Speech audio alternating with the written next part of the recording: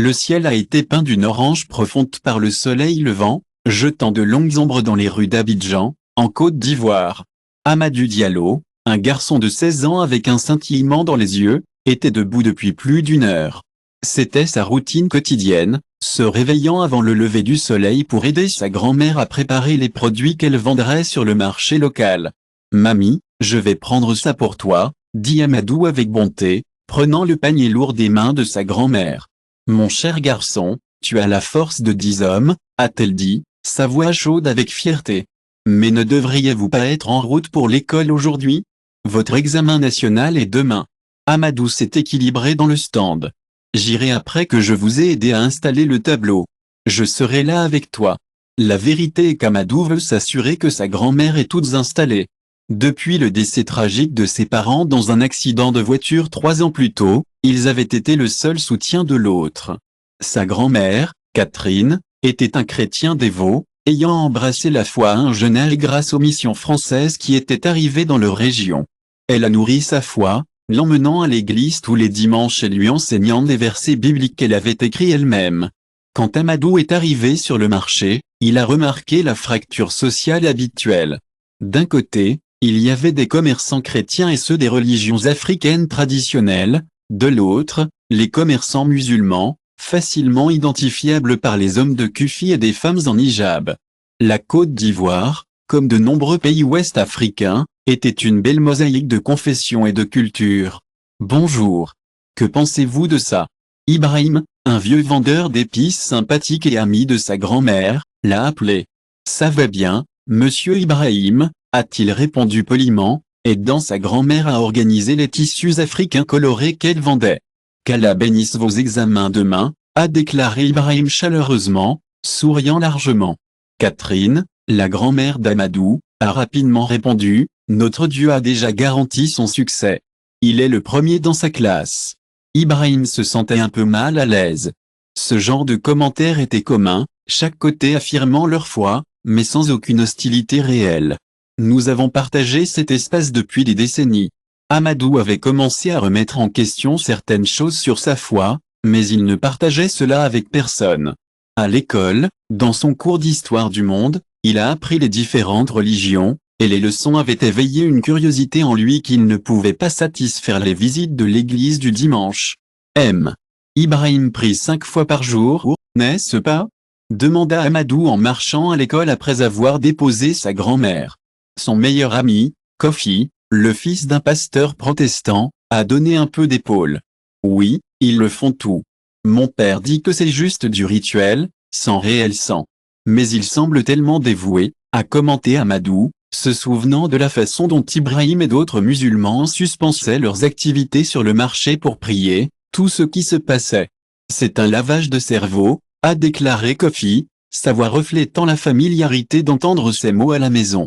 Mon père dit qu'ils ne savent même pas ce qu'ils disent, car tout est en arabe. Amadou fronça les sourcils. Ce n'est pas seulement une blague. Ibrahim parlait couramment l'arabe, ainsi que les français et 2 langues locales. Il était l'un des hommes les plus érudits qu'Amadou connaissait. Alors qu'il arrivait à l'école, l'agitation habituelle a interrompu ses pensées. L'école nationale était l'une des meilleures institutions publiques de la ville, et Amadou était très fier d'y étudier, grâce à une bourse qu'il avait gagnée.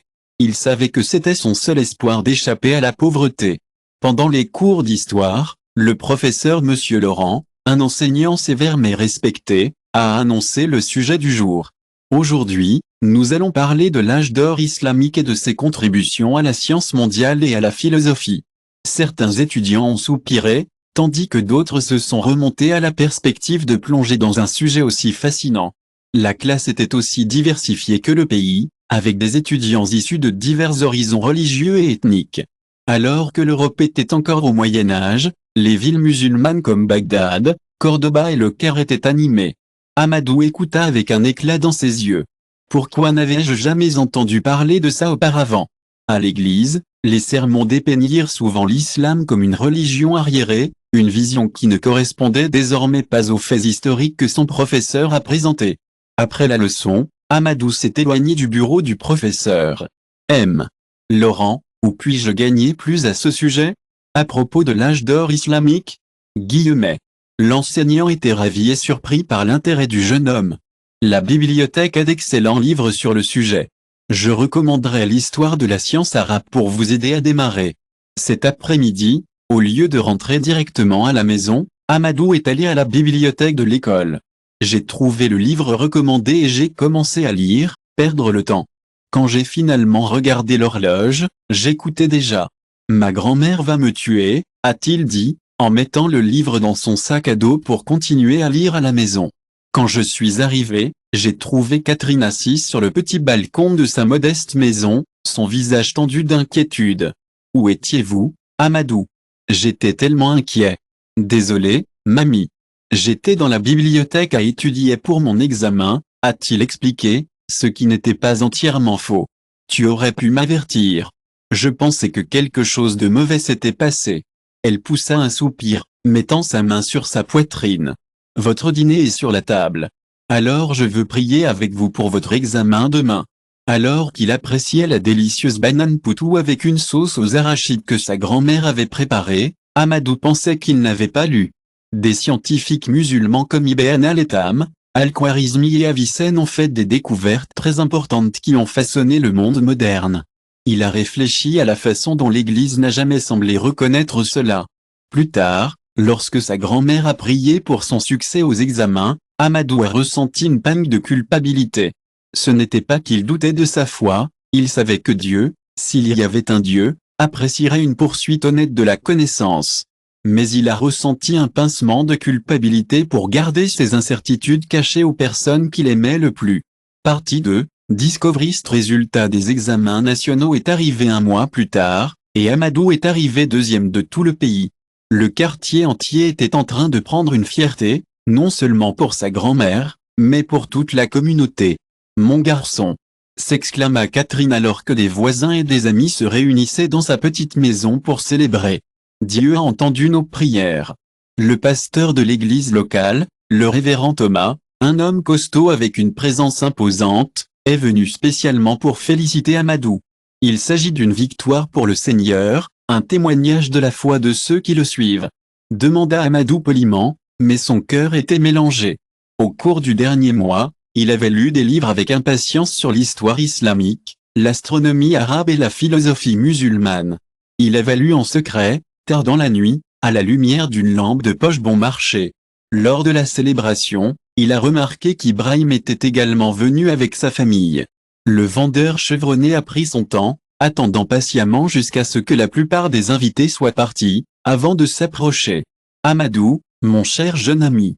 Félicitations, » a déclaré Ibrahim, tenant un paquet simple enveloppé dans du papier brun. « Un petit jeton pour votre réalisation extraordinaire.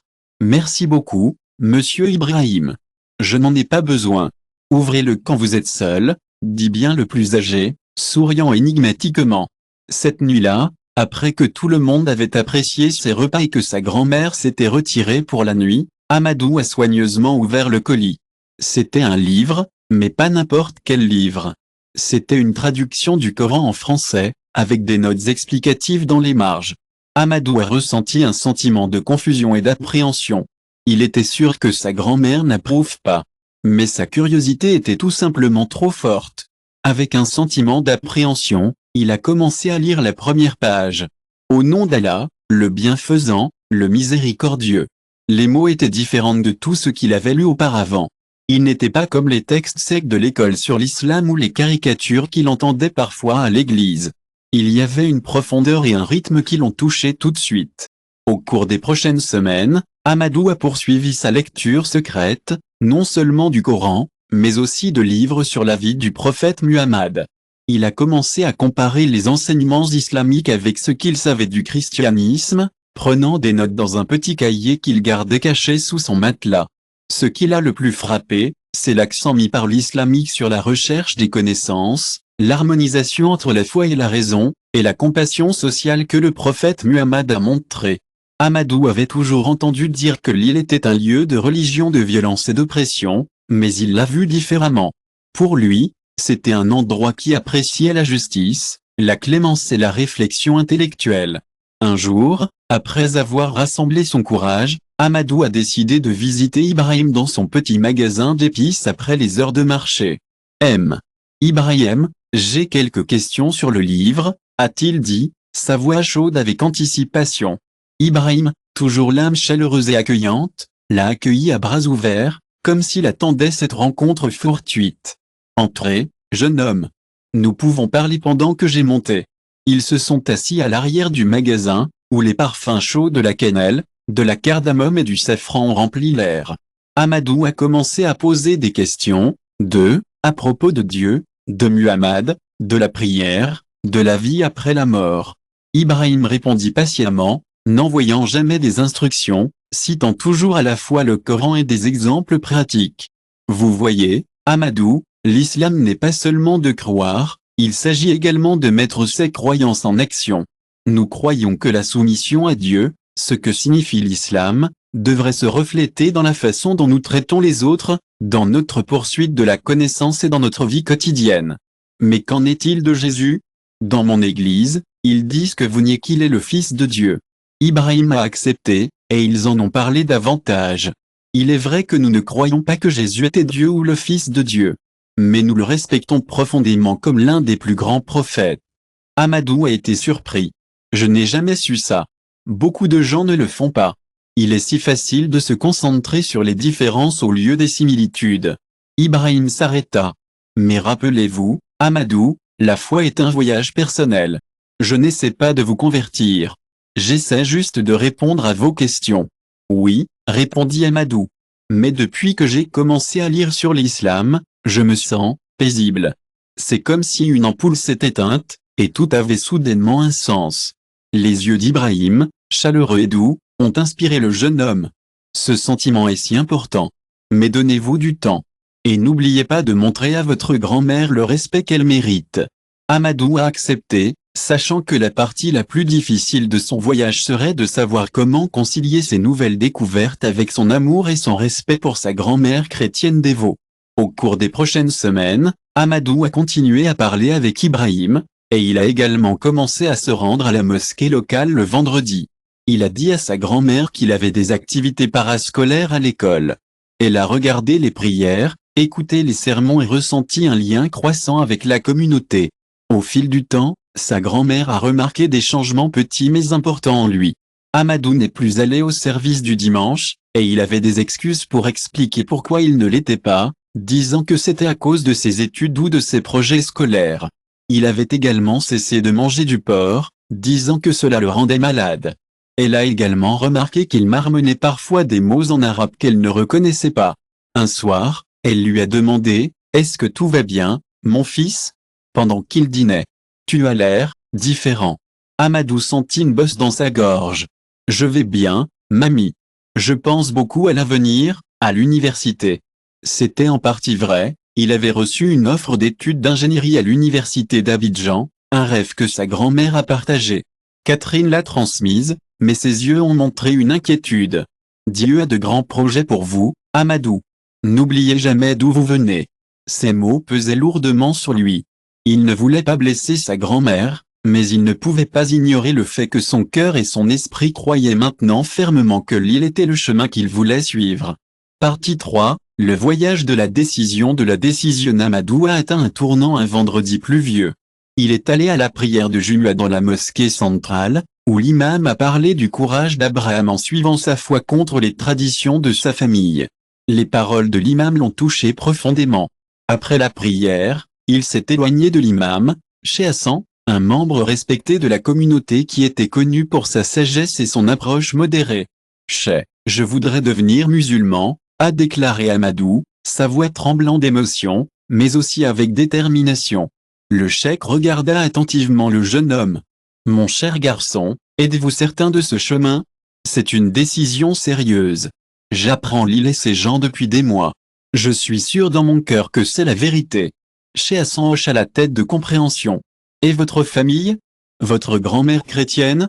Je t'aime tellement, et je t'aime aussi. C'est ma plus grande peur. Qu'elle ne comprenne pas, qu'elle se sent trahie. Dans l'islam, honorant le parent et gardien est un devoir sacré. Vous ne pouvez pas pleinement embrasser la foi si vous n'honorez pas ses liens d'amour. » Que pensez-vous d'elle? S'il vous plaît, soyez honnête avec moi. Je vous demande de montrer avec vos actions, pas seulement des mots, que devenir musulman a fait de vous une meilleure personne. Je veux que vous montriez que vous êtes plus aimant et plus dévoué à votre famille. Ce soir-là, Amadou a fièrement déclaré sa foi devant les témoins à la mosquée. Ashhadu an la ilaha illallah, wa ashhadu anna Muhammadan Rasulullah. Témoignage qu'il n'y a pas de manifestation mais Allah, et témoignage que Muhammad est le messager d'Allah. Un sentiment de paix indescriptible l'a enveloppé. Mais quand il est rentré chez lui, il a ressenti un sentiment d'incertitude de le laver à nouveau. Comment cela vous fait-il ressentir? L'occasion est venue plus tôt que prévu. Quand il est entré, il a trouvé Catherine assise dans le salon, tenant quelque chose dans ses mains, son cahier sur l'islam, qu'il avait gardé caché. Quoi de neuf, Amadou? Demanda-t-elle, sa voix chaleureuse et réconfortante. Il est temps de se connaître, pensa-t-elle, sa voix douce et chaleureuse. Amadou avait l'impression de se tenir sur un sol tremblant. Maman, toi. Devenez-vous l'un d'eux? Après tout, vous leur avez tellement appris. Des larmes coulaient sur le visage ridé de Catherine. Amadou se plaça doucement à côté d'elle, prenant ses mains vieillies dans les siennes. Mamie, je t'aime plus que tout au monde. Tu es comme une famille pour moi, le fondement de ma vie. Cela ne changera jamais. Alors pourquoi? Pourquoi rejeter Jésus? Je ne rejette pas Jésus. Dans l'islam, il est vénéré comme un grand prophète. J'attends juste ce que je crois être vrai.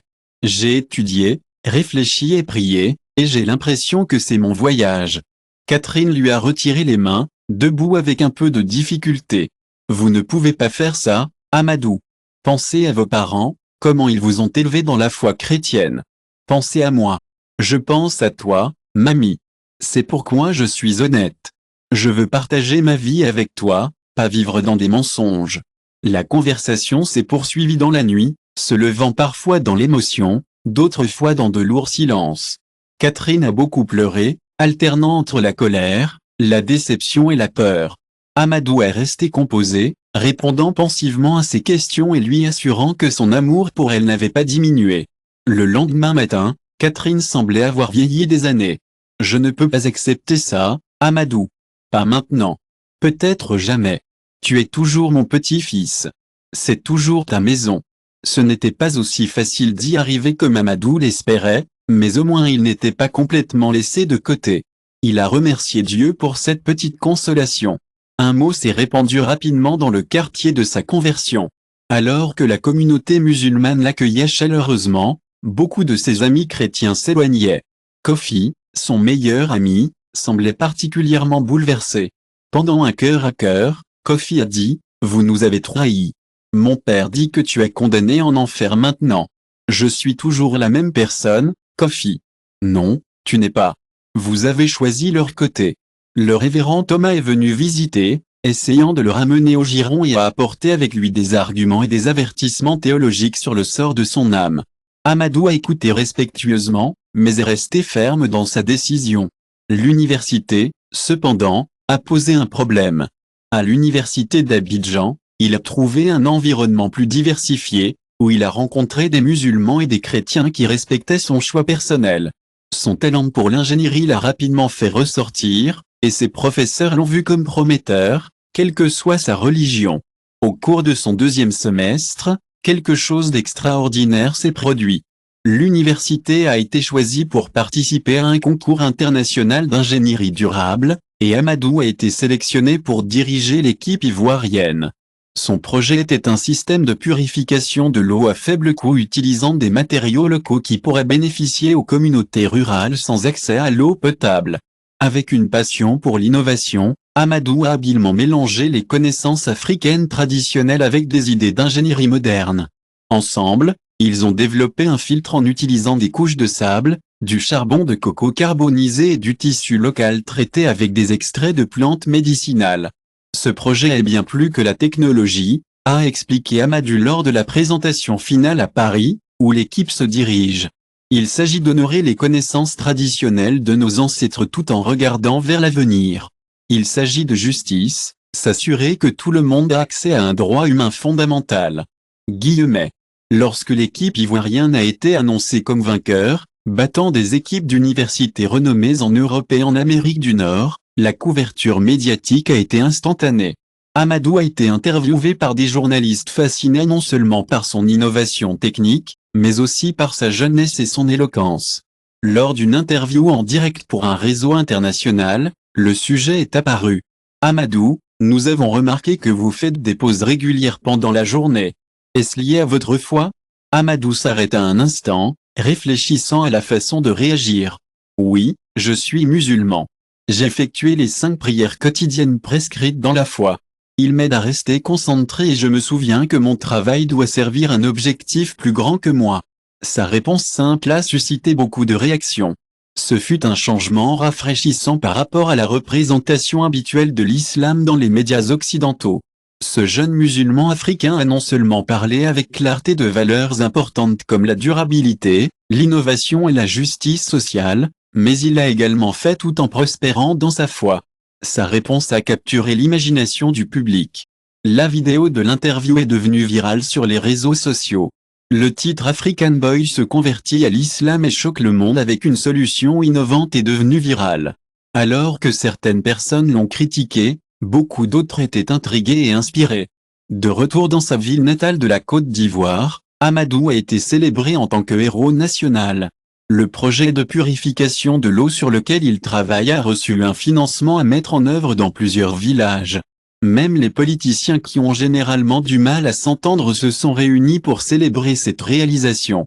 Mais pour Amadou, le moment le plus significatif était à un niveau beaucoup plus personnel. À son arrivée à la maison, il a trouvé sa grand-mère l'attendant à la porte avec un petit tapis de prière dans ses mains. « Je vous ai vu à la télévision », dit Catherine, ses yeux se levant de larmes. « J'ai vu comment tu as parlé de ta foi, si humblement et authentiquement. J'ai vu comment les gens réagissaient à toi. » Amadou l'embrassa, submergé par l'émotion. « Je ne comprends toujours pas votre choix, Amadou. J'espère que vous reviendrez un jour à l'église. Mais je suis fier de l'homme que vous êtes devenu. Si ce chemin vous aide à faire de bonnes choses dans le monde, je ne vais pas vous juger. » Guillemets. Elle tendit doucement le tapis de prière. « C'est juste un petit signe de mon amour et de mon soutien. Pour que vous n'ayez plus à prier sur le sol dur de votre chambre. » C'était un acte simple, mais pour Amadou, il venait du cœur. Ce n'était pas entièrement accessible, mais ce fut le début d'une compréhension. C'était un phare d'espoir. Partie 4, l'année impacta a passé, et la vie d'Amadou a été transformée d'une manière qu'il n'aurait jamais pu imaginer. Son projet de purification de l'eau avait été mis en œuvre dans plus d'une centaine de villages en Afrique de l'Ouest, ce qui s'est révélé non seulement efficace, mais culturellement approprié et facilement géré par les habitants. Son histoire de conversion et de succès a inspiré d'innombrables jeunes musulmans dans le monde, en particulier dans les pays où l'islam était minoritaire ou stigmatisé. Il a commencé à obtenir des invitations à prendre la parole lors de conférences internationales, où il a toujours parlé de la façon dont la foi islamique, la science moderne et le développement durable vont ensemble. Le prophète Muhammad, la paix soit sur lui, a déclaré que la poursuite de la connaissance est obligatoire pour chaque musulman, a expliqué Amadou dans un discours à l'UNESCO à Paris. Il n'a pas précisé quel type de connaissance. Il a dit que l'étude de la nature, de l'ingénierie et de la médecine peut être un acte de dévotion quand cela se faisait avec l'intention d'aider l'humanité. Dans son université, Amadou avait fondé un groupe interconfessionnel d'ingénieurs dédiés aux projets humanitaires. Les gens de confessions différentes, y compris les chrétiens, les musulmans et les disciples des religions africaines traditionnelles, ont uni leurs forces. Ils ont appris à apprécier les différences de chacun et se sont réunis pour des objectifs partagés. Kofi, l'ancien meilleur ami d'Amadou, s'était séparé quand Amadou s'est converti. Mais Kofi a de nouveau tendu la main après avoir regardé l'un des discours d'Amadou en ligne. « Je pense que je vous ai jugé prématurément », a admis Kofi pour café. « Je crois toujours que ma foi est la vraie, mais je peux voir que votre conversion n'a pas fait de vous une pire personne. Au contraire. » C'était exactement ce que Cheikh Hassan avait dit à Amadou des années auparavant, « Show avec vos actions, pas seulement les mots, que devenir musulman a fait de vous une meilleure personne. » Le changement le plus réconfortant était peut-être dans sa propre maison. Catherine, maintenant presque 80, est restée une chrétienne dévote, Mais elle avait développé un respect croissant pour l'islam que son petit-fils a pratiqué. Elle l'a même réveillé pour la prière de l'aube quand il a surépelé. Elle a dit un jour à Amadou, Dieu est Dieu, peu importe ce que nous l'appelons. Je vois comment votre foi vous a rendu plus fort, plus dévoué, plus compatissant. C'est ce qui compte vraiment, non? Un vendredi après-midi, alors qu'Amadou s'apprêtait à aller à la mosquée, Catherine a dit quelque chose d'inattendu. Puis-je venir avec vous aujourd'hui? Juste pour observer. Amadou était sans voix pendant un moment. Qu'est-ce que tu penses, maman? Je le fais. Je veux mieux comprendre. Je n'essaie pas de convertir, je suis trop vieux pour changer maintenant, mais je suis curieux de voir ce qui touche votre cœur si profondément.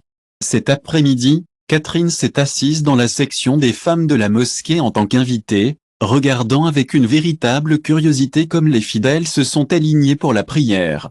L'imam, qui avait été informé de sa présence, a adapté son sermon pour souligner les valeurs que l'islam a partagées avec le christianisme, comme la compassion, la justice et la générosité. Après la prière, plusieurs femmes musulmanes se sont approchées d'elle, la remerciant de venir, lui offrant du thé et des bonbons et la faisant se sentir la bienvenue. L'un d'eux, un médecin âgé nommé Fatima, est devenu son ami et a commencé à lui rendre visite régulièrement. Ils ont eu de longues conversations sur la foi, la famille et la vie. Son histoire est devenue virale et cela a touché tant de gens. Il a montré à quel point il est important pour les personnes de confessions différentes de se parler respectueusement. Amadou, une entreprise technologique, lui a offert beaucoup de soutien pour poursuivre son travail. Amadou a accepté, mais avec une condition, afin qu'il puisse rester basé en Côte d'Ivoire, près de sa grand-mère bien-aimée. Mamie ne vivra pas éternellement, a-t-il expliqué aux dirigeants de l'entreprise. Tant qu'elle est ici, je veux être proche d'elle. Ils ont accepté, et Amadou a créé un centre de recherche et développement à Abidjan, créant des emplois pour les jeunes locaux, quelle que soit leur religion ou leur appartenance ethnique. Dans ces moments calmes, Amadou réfléchit souvent à son voyage. D'un jeune désordre à la recherche de réponses, il était devenu un symbole de dialogue, d'innovation et de foi pratique. Son voyage vers l'islam n'était que le début d'une nouvelle aventure, qui l'a conduit sur les chemins qu'il n'aurait jamais pu imaginer. La route est longue, a-t-il écrit dans son journal, et j'ai encore beaucoup à apprendre. Mais chaque étape, que ce soit dans la prière, l'ingénierie ou la construction de ponts entre différentes personnes, me rapproche du but pour lequel j'ai été créé. Un jour, après la prière du coucher du soleil, Amadou a reçu un appel de l'hôpital. Catherine avait subi un accident vasculaire cérébral et était dans un état critique. Il se précipita là-bas, son cœur serrant de peur. Il a trouvé sa grand-mère consciente, mais en difficulté, dans un lit d'hôpital. Elle était tellement bouleversée. « Mon garçon, murmura-t-elle, sa voix se brise. Je t'aime tellement, dit-elle, sa voix craquant avec émotion. Maman, ne t'inquiète pas. Allez-y. Non, c'est exactement ça. Elle a doucement essayé de lui prendre la main. Je suis tellement fier de toi, Amadou. Je suis tellement fier de l'homme que tu es devenu. De la foi que tu as trouvée. Elle a poursuivi, sa voix douce et chaleureuse, je suis si fier des principes que tu défends donc. Guillemets. Amadou a été ému aux larmes, tenant la main de sa grand-mère. Tout ce que je suis, je te dois, mamie. Ton amour, tes sacrifices. Non, vous avez trouvé votre propre chemin. Et c'est un beau chemin. Elle s'arrêta, respirant fort. Que s'est-il passé alors? Rien. Continuez à construire des ponts. Entre les musulmans et les chrétiens. Entre les traditions et l'innovation. Entre l'ancienne et la nouvelle Afrique. C'est votre cadeau spécial, ma chère. Je promets, maman. 3 jours plus tard, Catherine est décédée paisiblement, tenant le Nouveau Testament dans une main et la main de son petit-fils musulman dans l'autre. Ce beau geste symbolisait l'amour qui transcende les divisions religieuses. Ces funérailles ont été un événement extraordinaire. La petite église locale n'a pas pu accueillir tous ceux qui sont venus rendre hommage. Les chrétiens et les musulmans se sont réunis, unis dans leur amour et leur respect pour Catherine, qui était devenue un phare de tolérance et de compréhension mutuelle au cours de ces dernières années. Le révérend Thomas, qui avait tenté de reconvertir des années auparavant, a parlé avec admiration de Catherine et de son petit-fils. Elle nous a appris que le véritable amour peut surmonter n'importe quelle fracture, peu importe la profondeur. Que nous pouvons avoir des croyances différentes sur Dieu, mais nous sommes tous unis en tant que personnes. Cheikh Hassan a également insisté, récitant une prière funéraire islamique pour la première fois dans une église chrétienne de la ville. Le Coran nous dit que Dieu a créé différentes nations et tribus pour que nous courions et apprenions à se connaître, pas pour que nous nous détestions, a-t-il expliqué. Catherine et Amadou incarnaient ce vers avec chaque fibre de leur être. Guillemets. Partie 5, une nouvelle aube des années après le décès de sa grand-mère, Amadou s'est retrouvé devant un public de plus d'1 millier de personnes lors d'une conférence internationale sur le développement durable à Lagos, au Nigeria. Aujourd'hui âgé de 23 ans, il était devenu une voix vraiment influente sur le continent africain et au-delà. Notre plus grand obstacle au progrès n'est pas le manque de ressources ou de connaissances, a-t-il déclaré au public attentif. C'est la division. Lorsque les tribus, les religions ou les nations se considèrent comme des adversaires plutôt que des partenaires, nous gaspillons l'énergie sur les conflits qui pourraient être orientés vers la résolution de nos défis communs. Parmi la plaque se trouvait Ibrahim, maintenant un homme âgé utilisant un marcheur, mais ses yeux brillaient toujours avec la même intensité. C'est lui qui a placé le Coran pour la première fois entre les mains d'Amadou il y a toutes ces années, commençant un voyage qu'aucun d'eux n'aurait pu prévoir.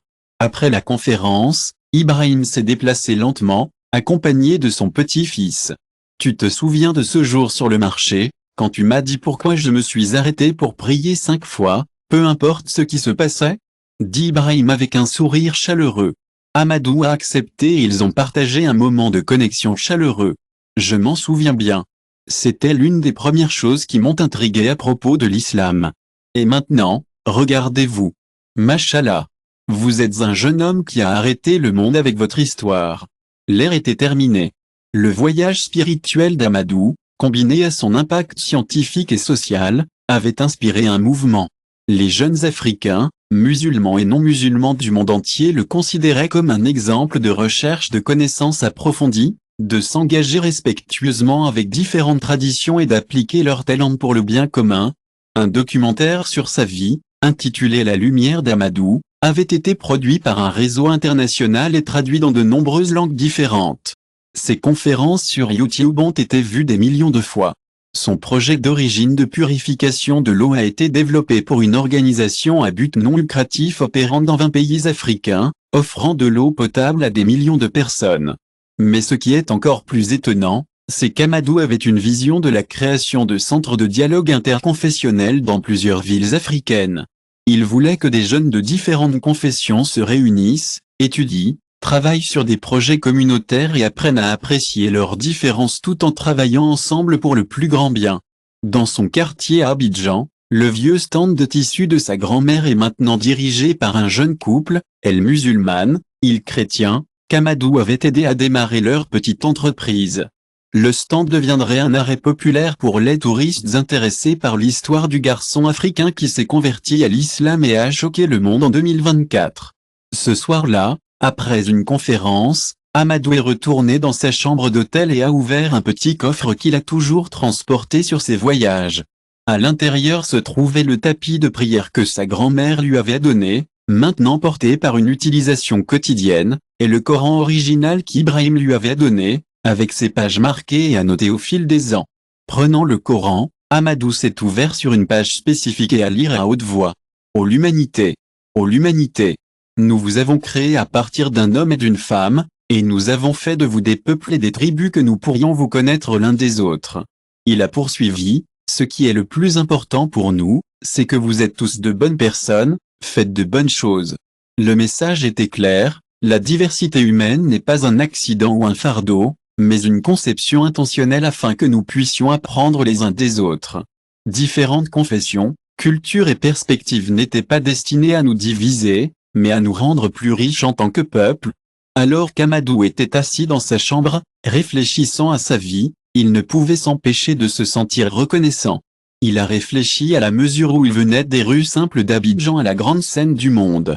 Il réfléchit à la façon dont il était confus à propos de la spiritualité, mais maintenant il se sent tellement lié à sa foi. Et il a réfléchi à la façon dont il s'inquiétait de décevoir sa grand-mère, mais maintenant c'est lui qui inspire tant de gens. Il essaya juste d'aider.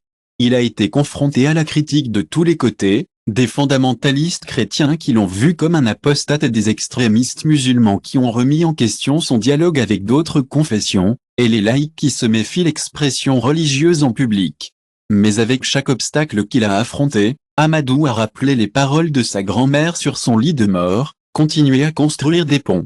Et c'est exactement ce qu'il a fait, jour après jour, projet après projet, trouver l'inspiration à la fois dans les versets du Coran et dans les leçons de l'amour et de la persévérance que sa grand-mère chrétienne lui avait appris.